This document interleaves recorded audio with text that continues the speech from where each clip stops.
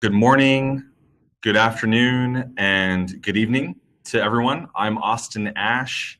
I am the general manager for GE's Intelligent City business. We're a function of Current, powered by GE, and we're a startup that's been around for about 3 years. And I'm here today to talk to you about the partnership with Intel and all about smart cities and how developers are actually going to be a huge part of the future of smart cities. So I just want to thank you all for spending a little bit of time with us to learn about this initiative, which we think is incredibly important in a very fast-paced growing world that we're all going to see transform before our very eyes. So thanks to Intel for inviting me to be a part of this very, very exciting movement. The first thing I'm going to talk to you guys about is smart cities in general. I think that one of the most common misconceptions when we talk about smart cities, because it's such a big, broad category, is that smart cities has been around forever. And that is absolutely true. Actually, smart cities has been around for about 5-10 years. But smart cities, as we think about it, smart cities as like 1.0 from a few years ago, where it was really all about City Hall, a focus on City Hall initiatives and parking departments and traffic departments and all the individual departments sort of looking internally and looking inside of themselves, saying, how do we get better?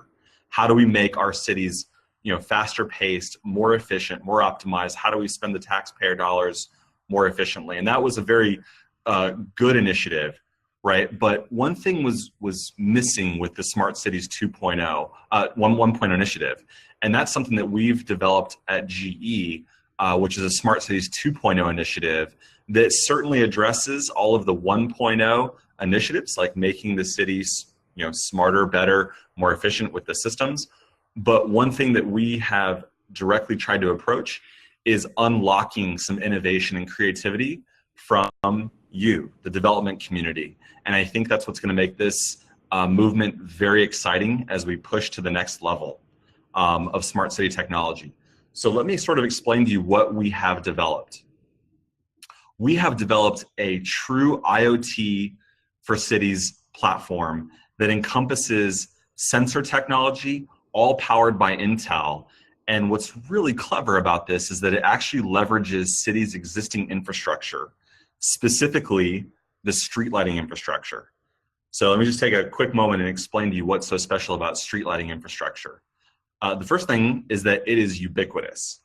You probably would be hard pressed to find, a couple of streets in a major city that doesn't have a street light somewhere within, 200 feet or a few meters away, right?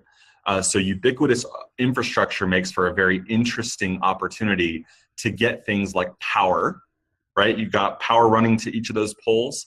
And then think about the elevation of streetlights just for a minute. When you walk down the average street in your city and you look up at a streetlight, you'll notice that they're about 10 meters, 30 feet off the ground, which is a very, very unique vantage point to see things, to hear things, to sense things.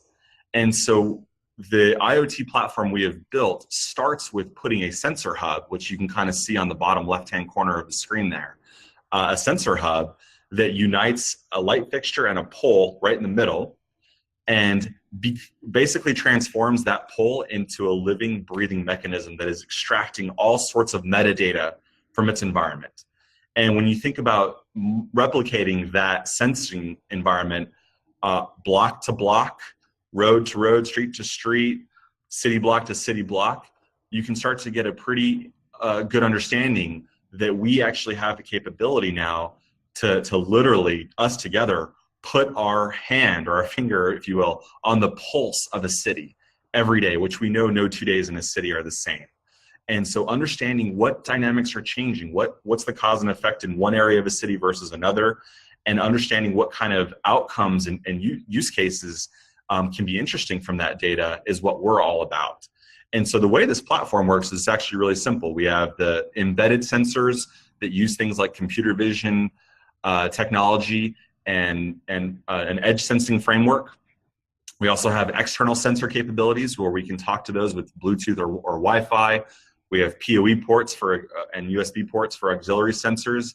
And so all this data is coming into the cloud, right? We leverage infrastructure partners like AT&T and their telecom infrastructure via cellular or Wi-Fi to get data back into the cloud.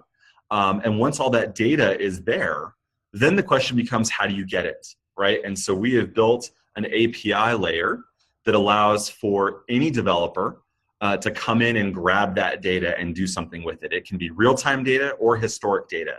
And when we talk about data, let's take one of these examples like traffic. We are not talking about the type of data that you would get on like a Waze application.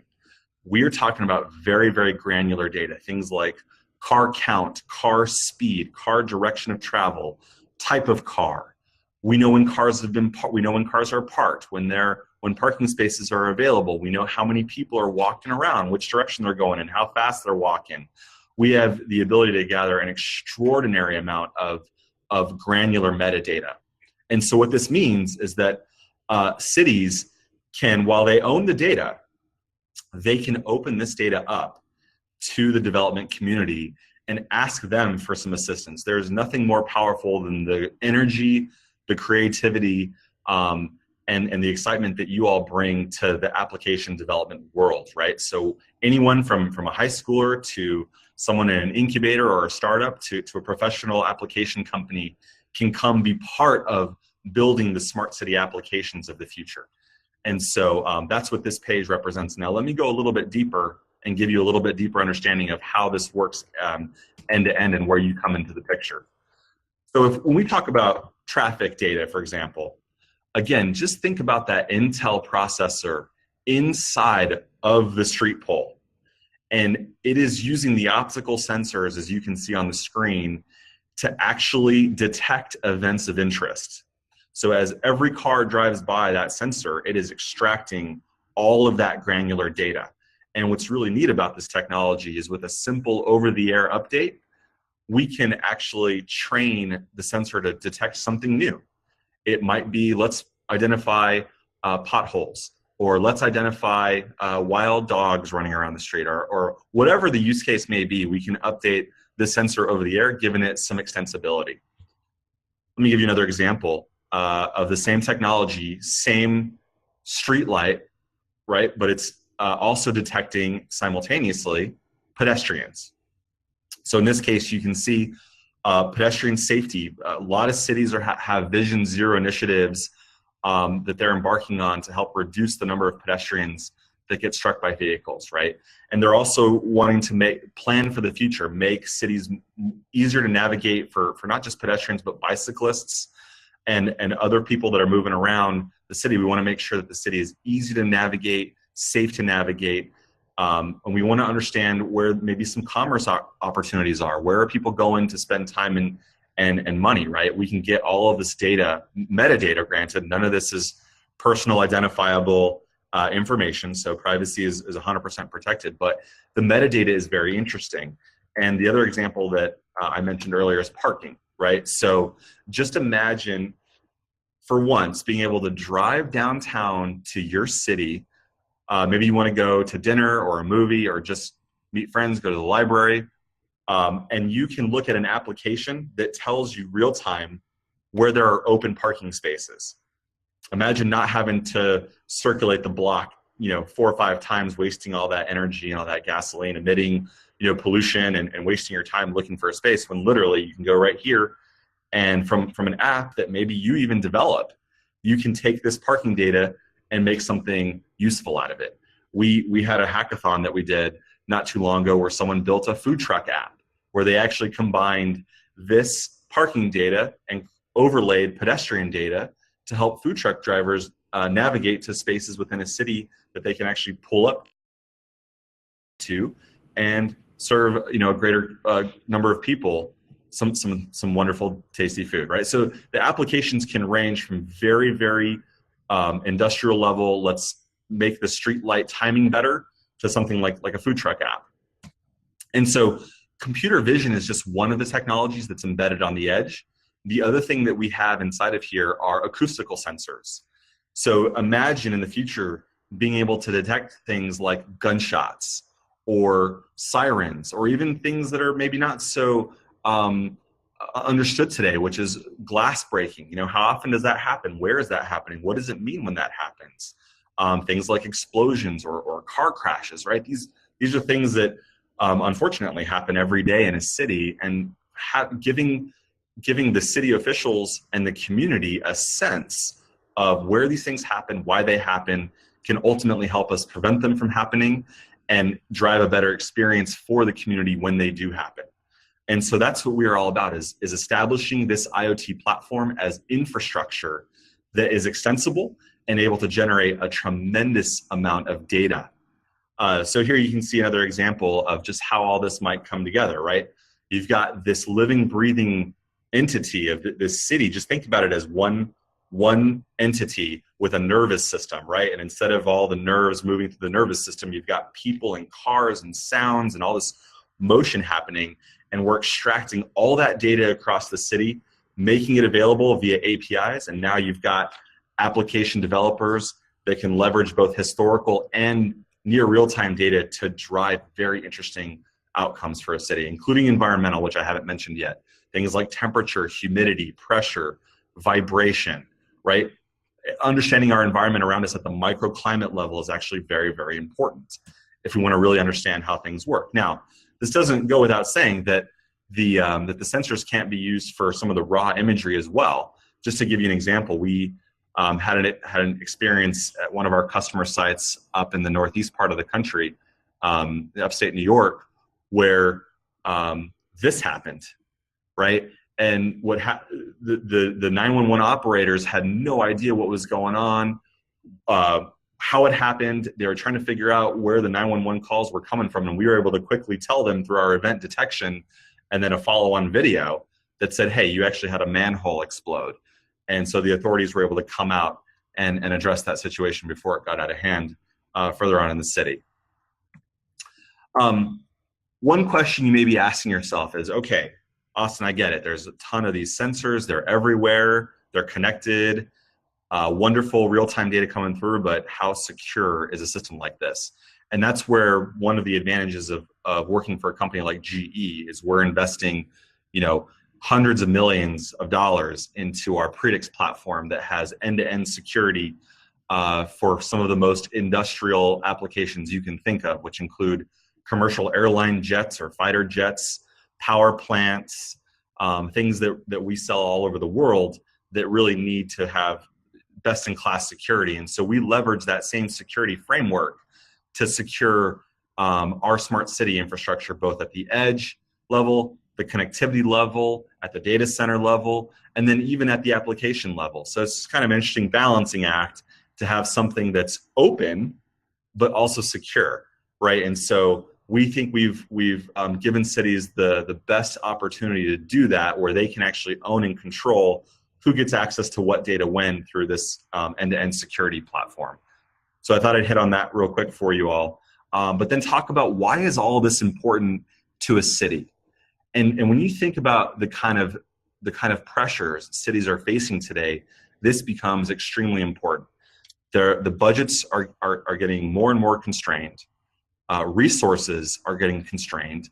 Technological expertise, especially in IoT, is moving at a pace that can possibly outpace the city's speed of actually procuring solutions like this.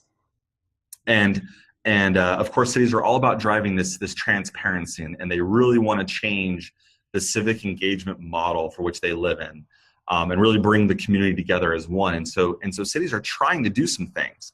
They are creating things like open data portals. If you go to the city of San Diego, for example, or city of LA, or city of Chicago, or even some global cities across the world, you will see open data platforms and sources for the community, for everyone to come and get a much more better understanding of what's happening in the city. And they're publishing everything from water records to environmental records, parking data. But what's interesting is almost none of that data is real time.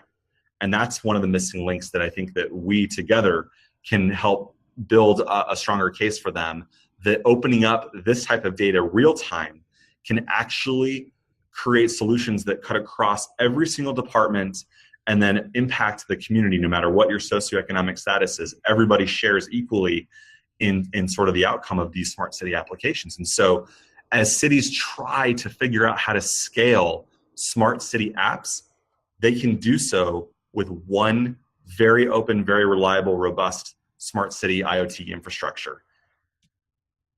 And so when we start talking about these applications, what are they exactly? Who's building them? How does this all kind of come together and play out?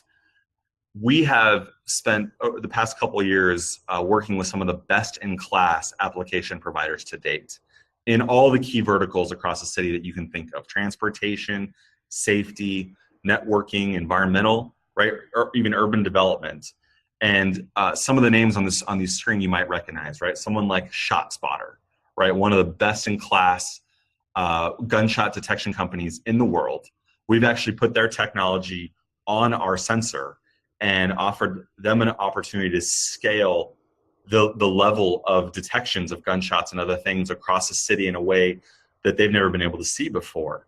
Genetec does best-in-class video management.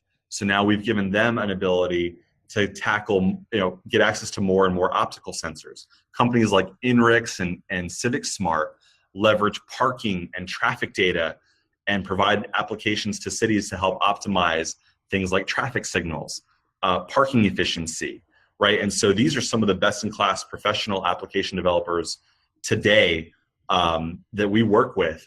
But I think that this is just the beginning, right? This is what's going to help cut across all the departments. The next step is thinking forward, right? So I'll play a couple of these demos for you so you can kind of see how these professional developers have leveraged the sensor data today.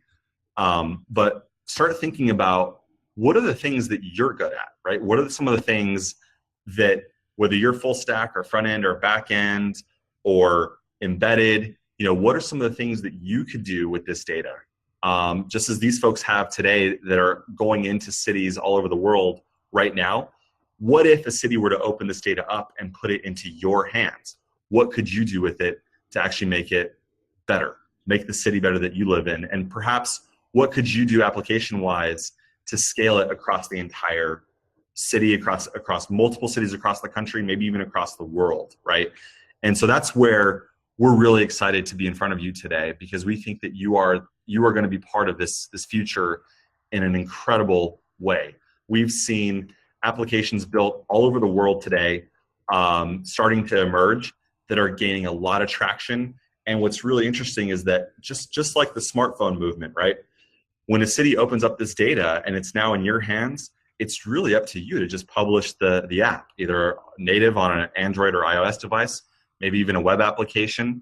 And so just to give you an idea of footprint here, here's some apps that have been built that are actually being used today. And one more interesting thing about this page to think about is it may not be that obvious, but this is a global map of all the street lights that we know about today, right? There's about 400 million streetlights in the world that are at the ready to take on this sensor technology, this IoT platform, right? And so when I look across North America, South America, Europe, even parts of Africa and Australia and Asia, you can just see at a glance here the opportunity as more and more cities adopt this IoT sensor technology, how vastly and how fast these applications can spread across the globe, right? And that's what makes this so exciting is that you all are going to take part in transforming the lives of almost everybody on the face of the planet. And we think that's a really, really special initiative. And so it really comes down to this incredible movement, the rise of the software engineer and even the rise of the software hobbyists, right?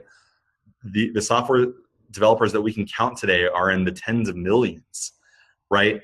Of those, almost half do hobbyist type activities, right? Where some of you are on this call are part of that movement, and so you all are constantly looking for the opportunity to build something new. And why not? Why can't you be part of the next smartest city application that helps solve a problem in a big way, right? And as this number continues to trend upward, we foresee cities absolutely having to leverage this. Otherwise, they will be outpaced by the scale of technology and by the growth of population if they don't have something that's extensible and scalable across the community, right? So it involves the infrastructure and you all and us working together. And I think there is a bigger opportunity for you as well. When we just look at how Apple alone, not even counting Android, right, was able to generate this economic development for the local software community. $40 billion in the past 10 years is not a small number, right? It's millions of jobs created. It's lots of revenue, lots of outcomes, lots of impact on everybody's life. And so when you think about our sensor hub as actually being sort of like a smartphone on a streetlight pole across 400 million poles, you can kind of do the math pretty quickly that this is the next revolution for smart cities. And we really want all of you to be a part of that. One announcement to make, in case you haven't seen this online yet, but we actually just announced the largest IoT sensor deployment in the world with our customer, the city of San Diego. So by the end of this year, San Diego is going to have about 3,200 of these sensors deployed all over the city. And the data is going to be open and available to you all to help be a part of this. And so we have some activities, some other events coming up that we hope you all will follow us and take part in. But I just wanted to make sure that you all knew that while we talk about this, it may sound a little bit visionary and a little bit aspirational, it's actually real. It's actually happening right now this year. The largest city, intelligent city in the world is going to be San Diego with the help of Intel and GE working together. And of course, you all are going to play a huge role in proving out the use cases and the value of this platform by the end of the year.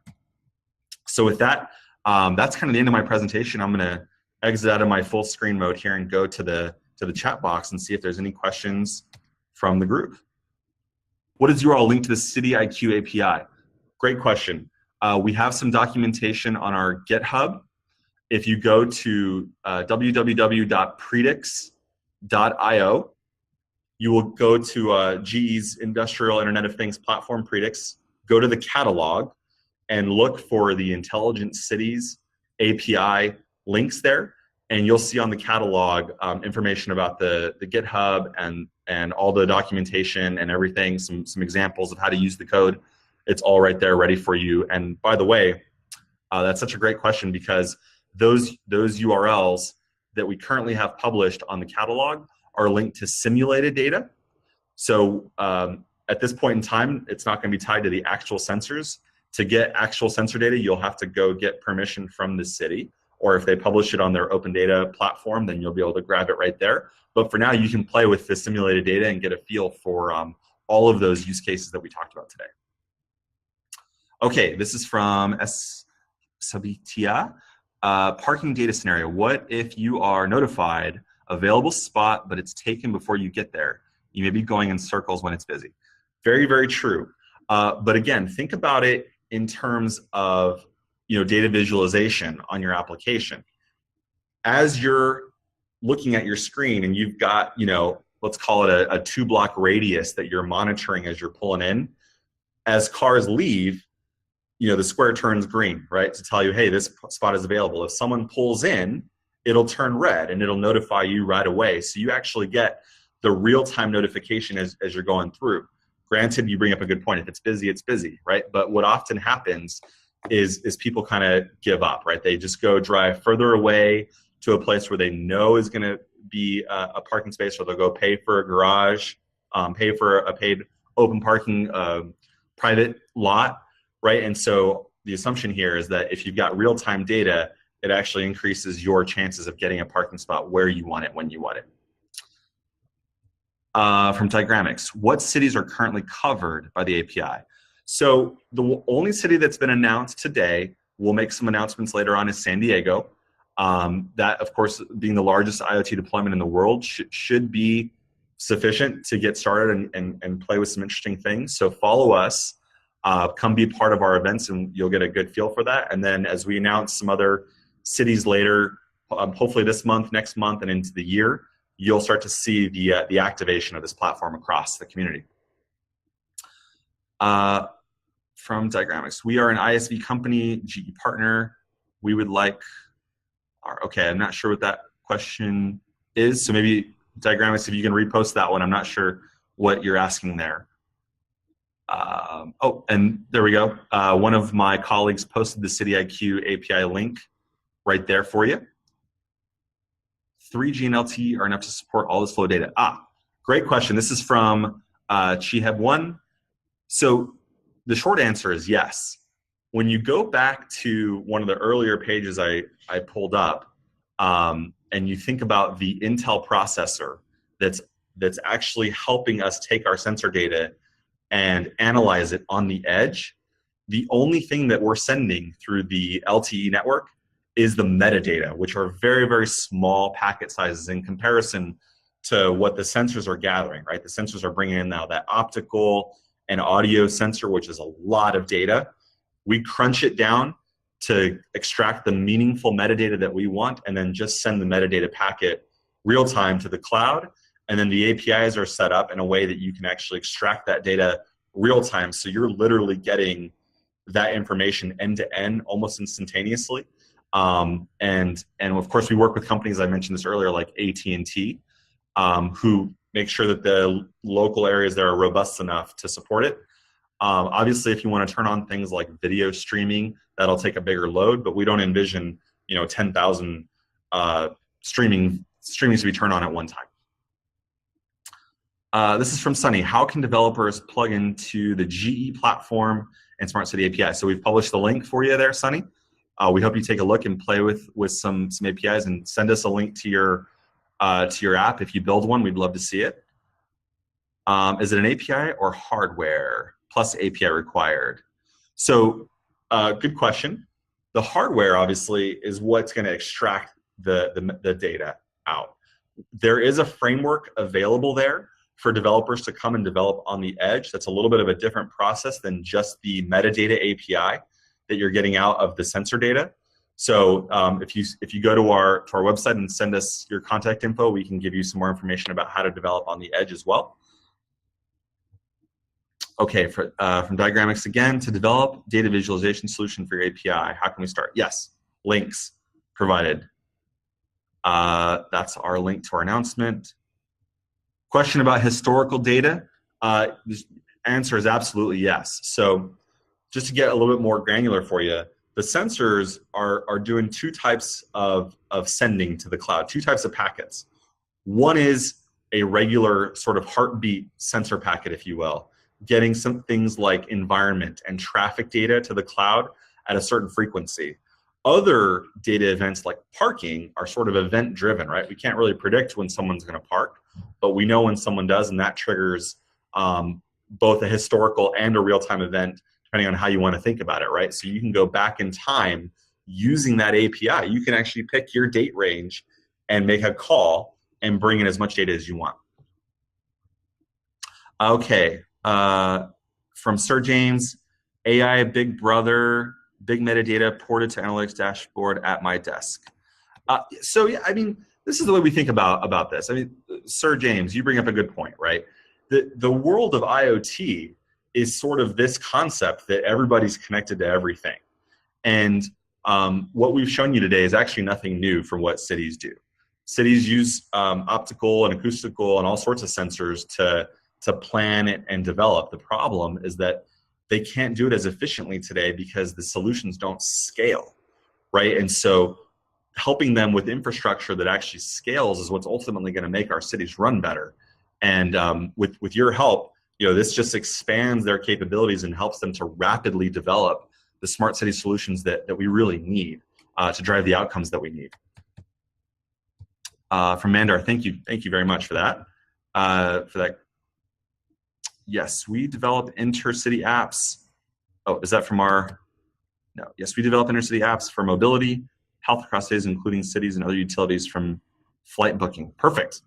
Great example, right? So there's a flight data that's available on some of these public data portals that you can get today and build your own applications. And now we're saying, the airport is just one small piece of the city, right? Planes are coming and going. What about cars coming and going? What about people coming and going? How does construction affect that? How does environment and weather conditions affect that, right? Thank you, Grace. Thank you for that. Appreciate it. What do you think about the use of NB IoT use in smart city applications? If you could be a little more specific about what you mean by this, I'd love to address this one. I'm not sure what exactly you're referring to there. Thank you from Jeet. How can we use LoRa? So I think you're talking about the communication range for LoRa. Basically, our assumption here, LoRa is really good for some of those short range type of applications. The platform that we've built, actually, you don't even need LoRa anymore, right? The optical and the acoustical and the environmental sensors actually, and because they're mounted at such a great mounting height, actually gives you that visibility to that streetlight's entire environment, where you don't actually even need the streetlight info or the LoRa type communication.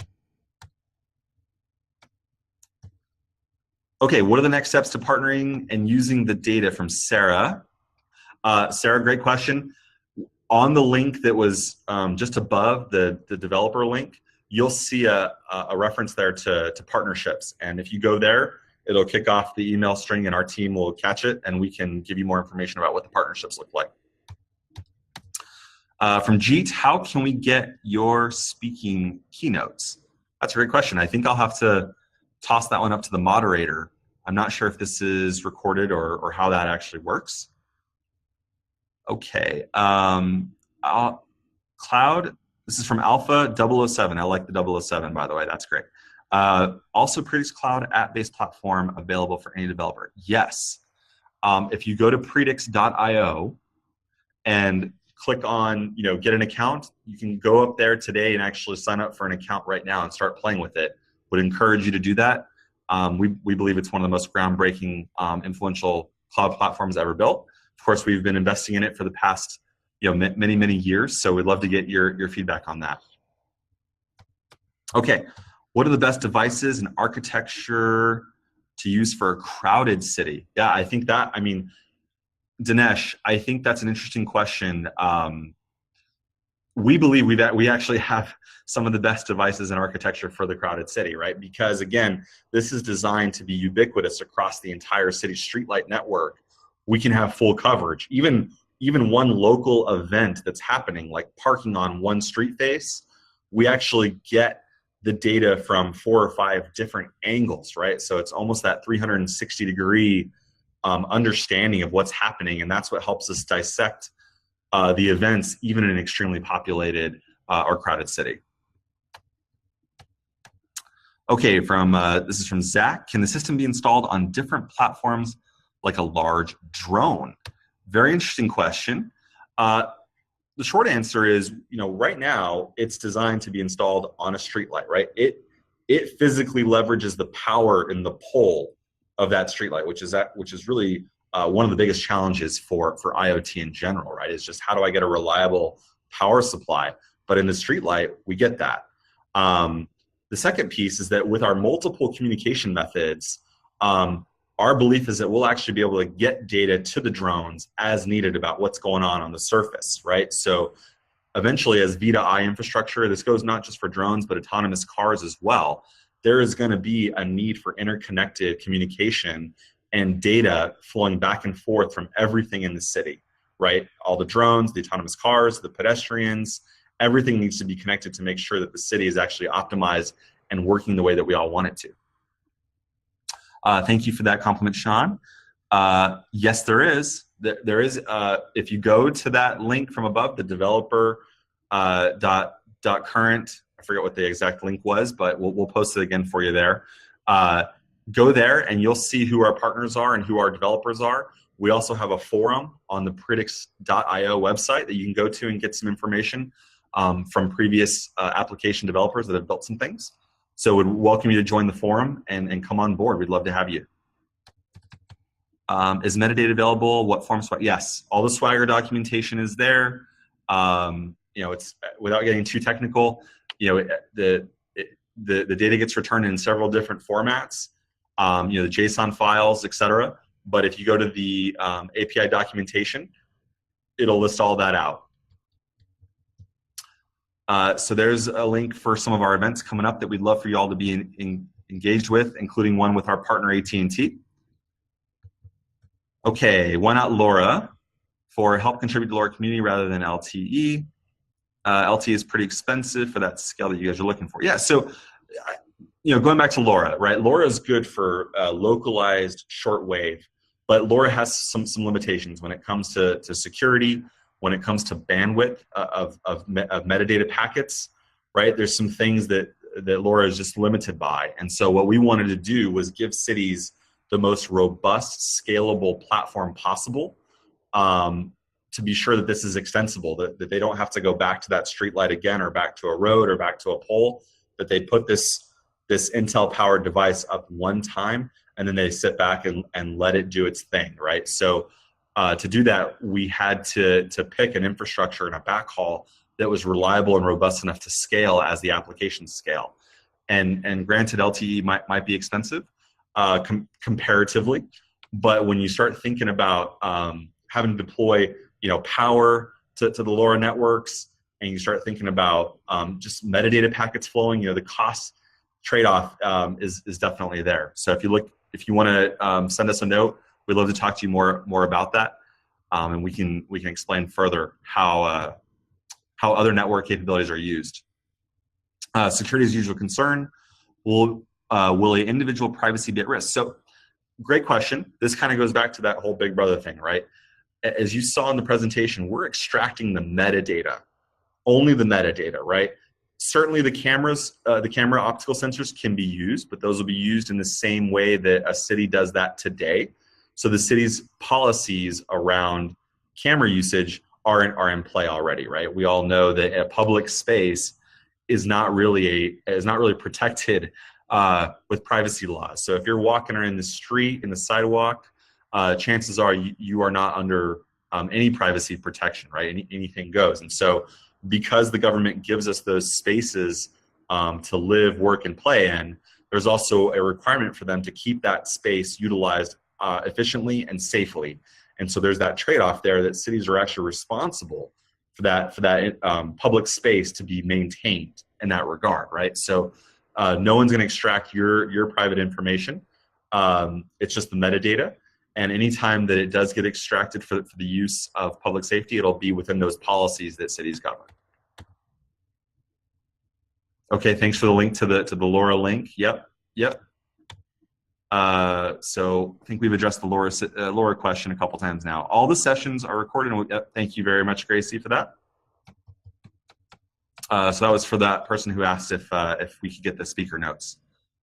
Okay, here, this goes back to the original question about NB-IoT narrow band, low power wide network, which is licensed network transfer, small size. Yep. So I think this goes back to sort of that LoRa network, right? We have optimized the capability to send small data packets from the edge through the LTE network, and our reach is extensible enough that we actually don't need this this type of capability right now. Traffic collision avoidance. This is a fantastic question. Thank you, Niskal. Appreciate that.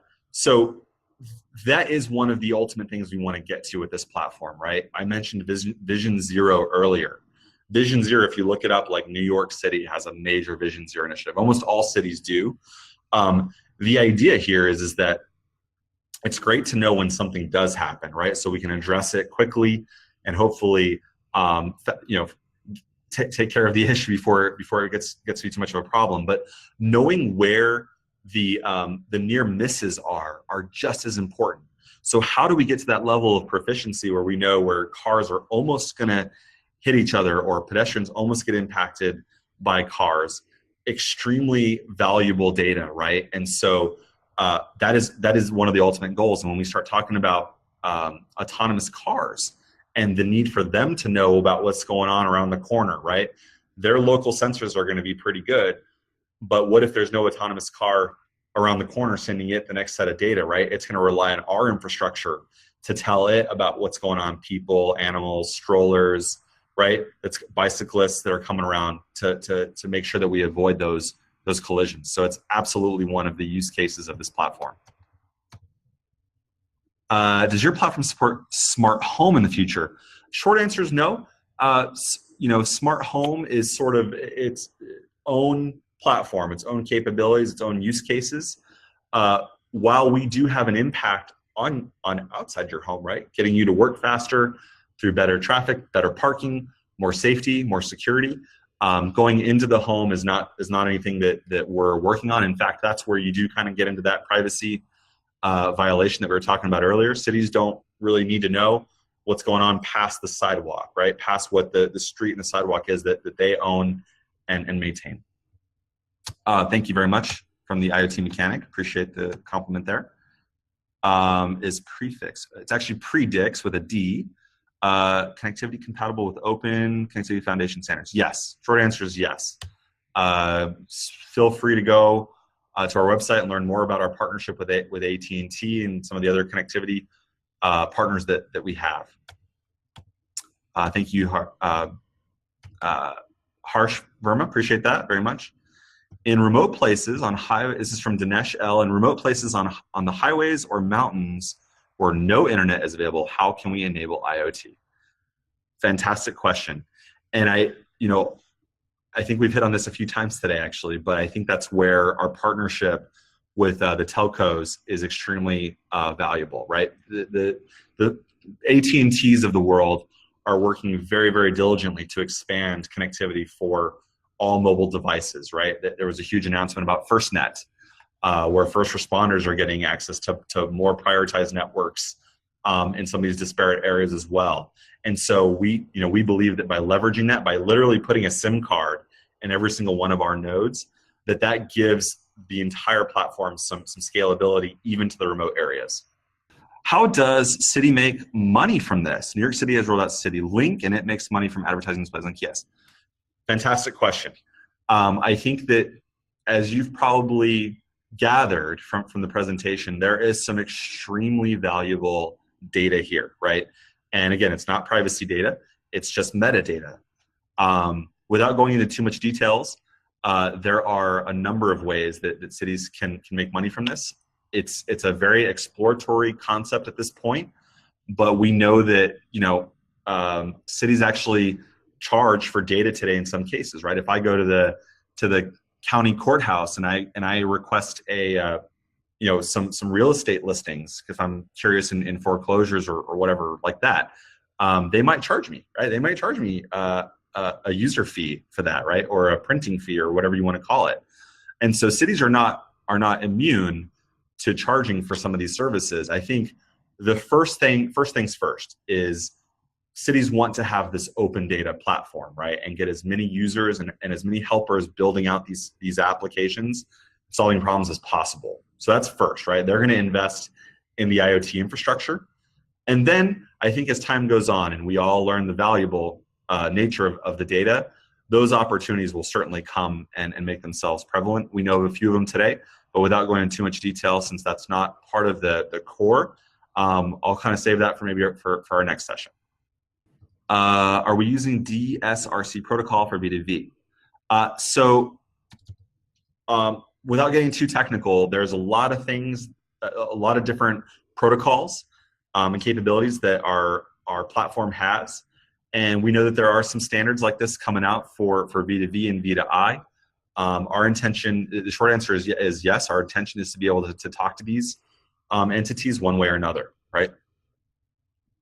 Okay, from Dinesh, wow, these are great questions, guys. Thanks for sending these over. How can IoT companies make money from the government?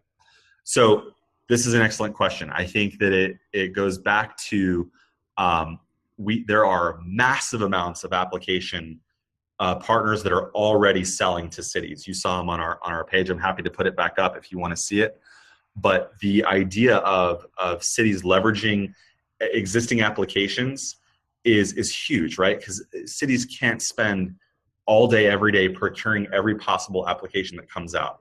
What they want to do, in theory, is open the data up to let the broader development community come in and fill in for some of the nascent and creative applications on the front end, right? But if they come up with something really, really good, right, cities are going to be all about promoting that as economic development, and they're going to help not only procure your solution, they're going to help push that out to all the other cities across the country or across the globe where you've actually made something extremely valuable, right? And so we've seen, startups and small companies, medium-sized, large companies across the whole board leverage our APIs to make their application more valuable. And so I think that this is just an extraordinary opportunity for you to think about and consider.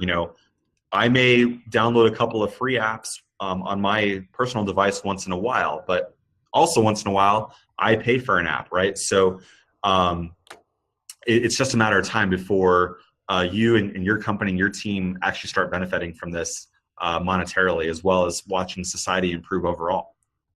Okay. Wow, these are great questions. They keep flying in. Is CityIQ compatible with OCF protocols? I'm gonna pass on that one for right now. Feel free to go on our website and get some of our specifications. From Alpha, why will City invest huge money in IoT-enabled solutions? Yeah, so I think this really comes down to the idea. This is such a great question, Alpha. Thank you. Cities are currently struggling with how to scale IoT systems today, right? They know that they need smart parking. They know they need public safety apps, and they know they need transportation and traffic applications. They know, right? They know they need these things, and they are actively procuring them from the companies, a bunch that we showed on the screen today. But the problem is a lot of that doesn't scale. So the idea that they can buy one platform that's open, it's extensible, right, is very attractive to them, because that means they can invest one time in this level of infrastructure that benefits everybody, whether it's the departments, right, the application development community, the whole platform as it brings everything together. That creates significant value for not just the city officials, but for the community. And we believe that cities are in the business to do two things, right? Provide the citizens with infrastructure and provide them with services.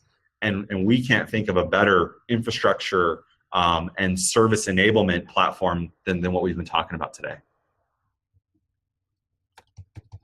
Thank you, Noel. Appreciate that. From NKO1, are you going to be using one of the Intel's existing devices at the edge, or this is a custom hardware with a set of sensors?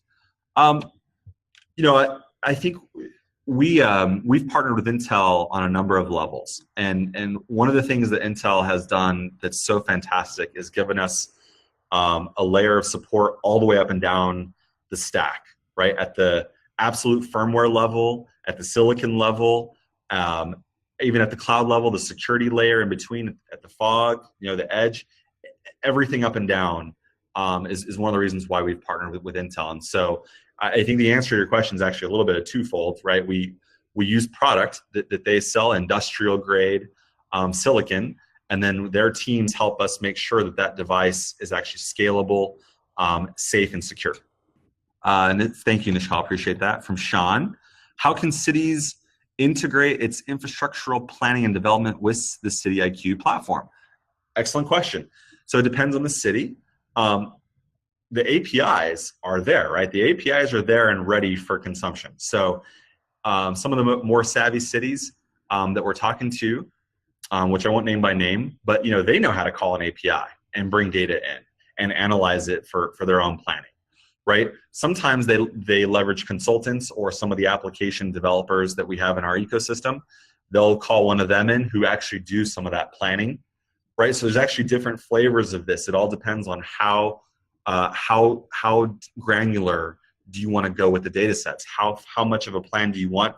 How much do you really want to understand? But I'll tell you, this is such a great question, because cities often struggle with this.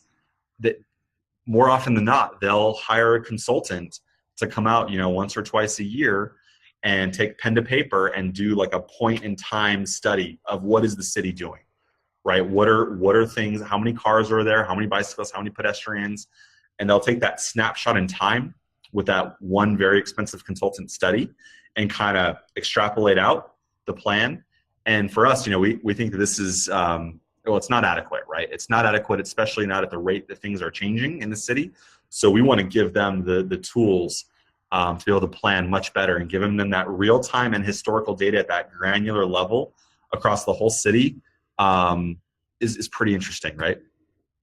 From Alpha, thank you very much. Okay, from Dinesh, if someone wants to start a company related to IoT, should be related to software apps or the hardware sensors. Wow. Boy, I'll tell you, that is such a great question because it's really up to you. I think that there clearly on the app side is a lot of opportunity, but it doesn't go without saying that other types of sensors are going to need our infrastructure in the backhaul, right? Which is why we've built that Bluetooth and Wi-Fi layer in there, is to help bring about a broader connected capability. And so, sensors are pretty, I would caution you that sensors are very specific, right? A sensor is very purpose-built to do one thing, unless you've got something like an Intel-powered computer vision sensor like we've got. So just be wary of that, right? If you go about developing a radiation sensor, or I don't know, an Ebola sensor, if that's even possible, that it's going to do that one thing, right? Whereas if you think about more of that platform extensible approach, like optical or acoustical sensors, there's a framework there that you can leverage to build out more, broader sensor capabilities. Okay, and the questions are just pouring in. This is unbelievable.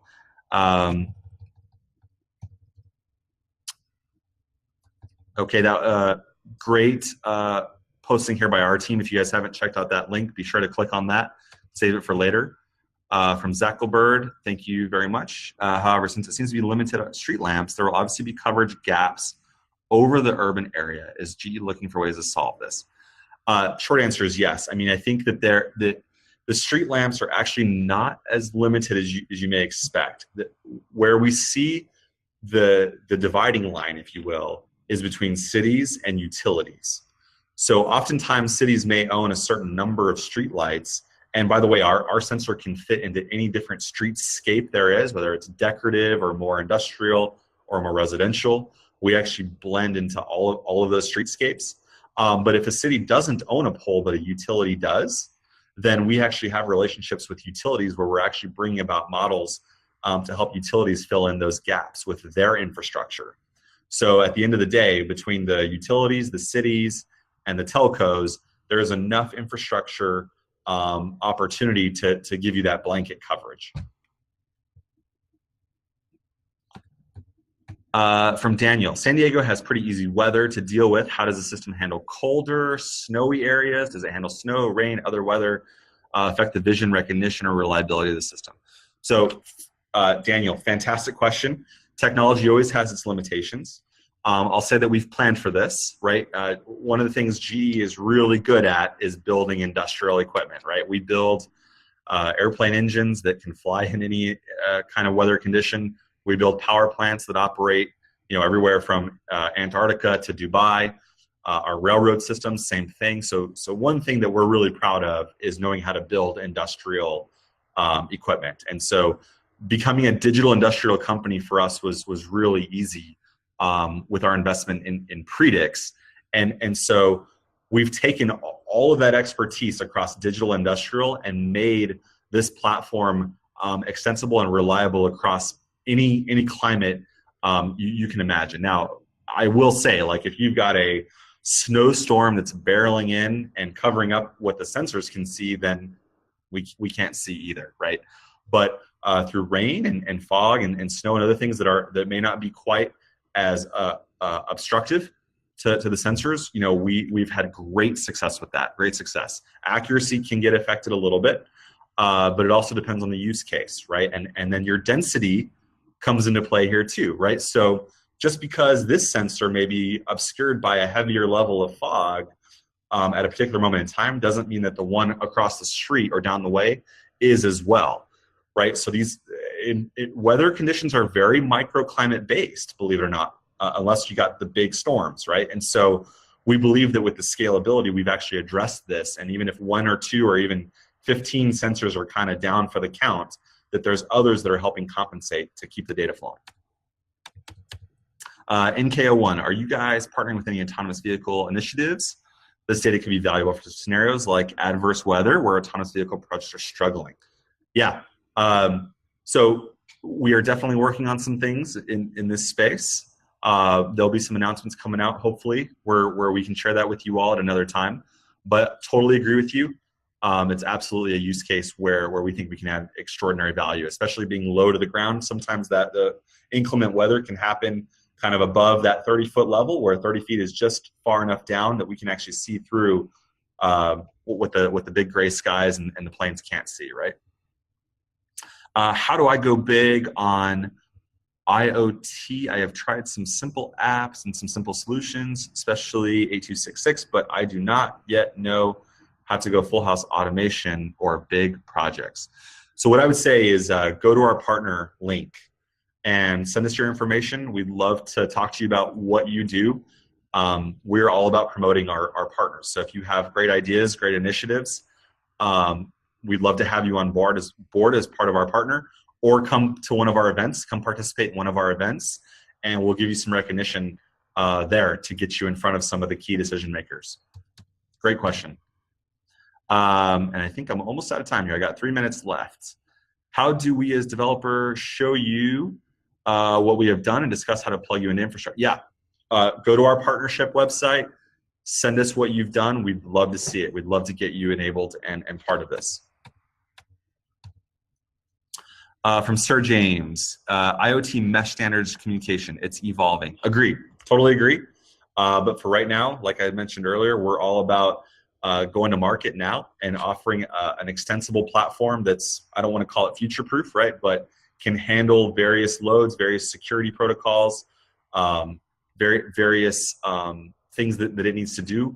And we need reliable partners like AT&T who can help keep that infrastructure and that communication network running as the challenges come and go. Okay, legal part. If the data you provide leads to wrong decision making at the app level, like sending someone to a dangerous place or something, who's responsible? Yeah, so I mean, I think this goes down to the data is what the data is, right? How we use it is really important. I think that it goes without saying that every technological innovation doesn't come without, you know, some part of this aspect, right? I think we've all seen the link, not the LinkedIn, but the Facebook, right? The live streaming on Facebook, and how something as clever as Facebook, that's really designed to be connected community, actually turns into this issue where we're seeing, you know, abuse and other things happen. And so, you know, it's all about being responsible. We all have to be responsible citizens and community members and make sure that we're calling that stuff out when we see it. But if you build an app, right? If you build an app and you're leveraging data, it's no different than if you build an app and send it to the app store here, right? There are certain terms and conditions and flow downs that we have with our partners, with cities. And so all of that, you know, if you go to any open data portal website and kind of read the terms and conditions there, you'll get the answer to your question. It's pretty clear, right? So just keep that in mind. And one thing that's good about digital technology is that we can turn the data off just as quickly as we can turn it on, right? So if somebody is actually taking advantage of this in a way that is not useful or helpful, at the flip of a switch, we can instantly shut that particular user down. Other questions on backhaul, more backhaul questions.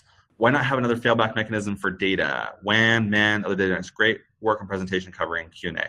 Yeah, so I think we've covered backhaul enough. I think we've got a great platform in place to get this going, and we'll certainly discover how that evolves over time. Sean, sorry we missed your question, but the short answer is yes, we've got partners that we're working with on that now, and it's very, very substantial. So thank you all so much for your time today. I'm going to end my session, and really appreciate you spending time with us. Hope to see you at one of our events or using our APIs soon. Thanks, Grace. Bye, everyone.